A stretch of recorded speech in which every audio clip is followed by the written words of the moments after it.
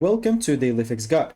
And in this video, I'm going to show you how to fix the Black Ops 6 crashing or the error example with DirectX 0x something crash on Black Ops 6.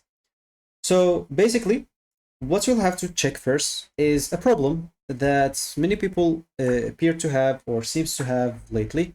So Vanguard, an example that is made by Riot. You can check an example if you have Valorant or League of Legends, probably download it. So you can go and click on that option here at the bottom left or bottom right example, and you should find this Riot Vanguard. If you have it, make sure to exit it.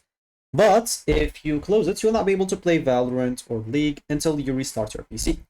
But this, as an example, Vanguard, a lot of times interferes with your Black Ops 6 and most of modern games as well.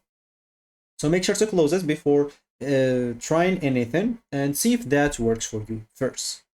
So let's try an example. Other option, just going to Steam's example. This option example is known and you've probably tried before, but if you didn't, it's worth trying. So you can go to your game example, Black Ops, go to properties example, go to install files, and make sure to click on verify integrity of the game files. If there's any problem, it will be fixed as well. So these two things most likely will fix your problem and not crash anymore. Other things, you can just go and miss an example with some settings inside the game, and it should fix an example your problem as well. Like trying to lower in the example the settings a little bit, especially if you don't have like a high performance PC or something like that. And yeah, make sure also to play on full screen borderless.